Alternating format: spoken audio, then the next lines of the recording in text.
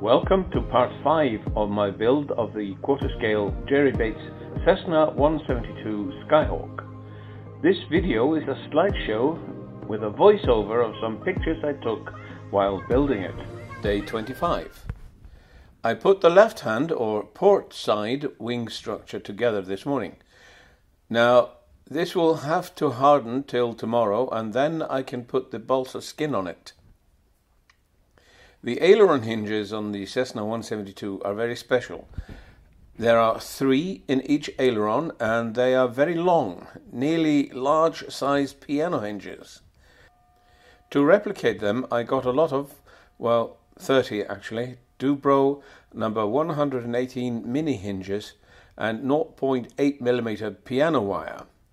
I removed the pin from the hinges and threaded 4 at a time onto the piano wire. The wire is bent 90 degrees on either end, and there you have the Cessna aileron hinge ready-made.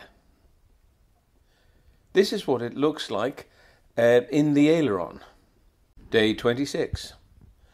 The lower balsa skin is being glued to the port side wing. And while the glue dries, I start sanding the fuselage and fitting the horizontal stabilizer. Day 27.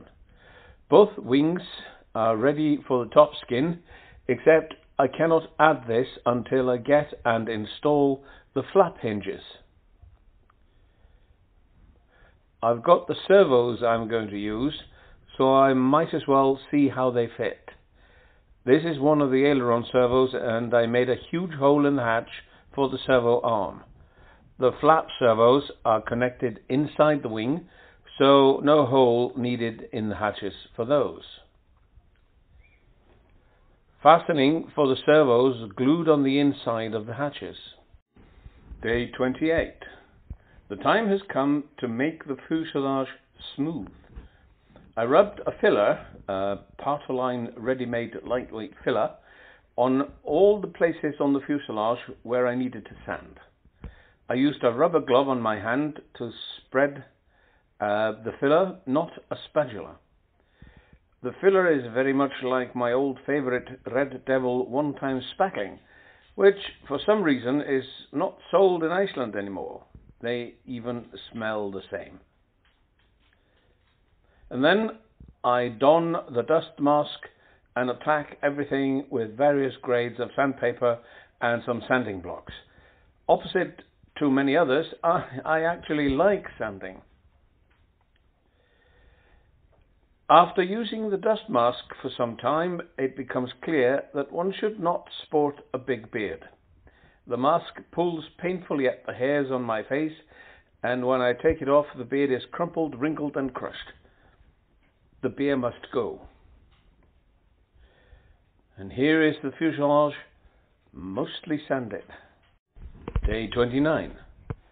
I opened up the slot in the tail to admit the horizontal stabilizer. The string is there to assist with getting the stab straight and level. I fastened the elevator and rudder servos on the servo tray.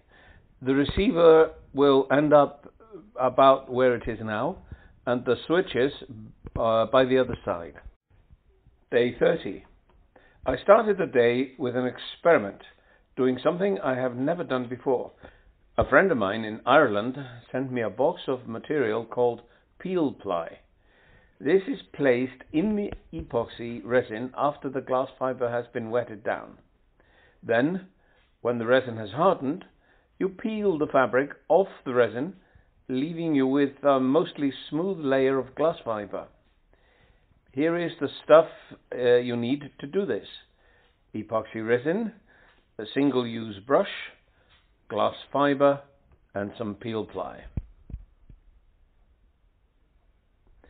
You begin by covering the model with some glass fiber and wetting it down with epoxy resin. I understand you do not have to be stingy with the resin, but my experience kicked in and I spread it out with a card like I always do.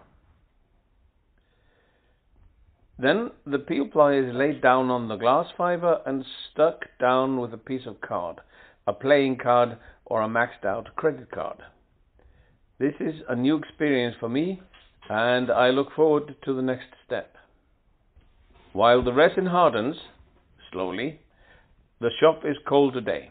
I decided to glue 2.5mm balsa on either side of the plywood dorsal fin. I also fitted the rudder to the fin and then dry fitted them to the fuselage. I was surprised how much the model grows with this.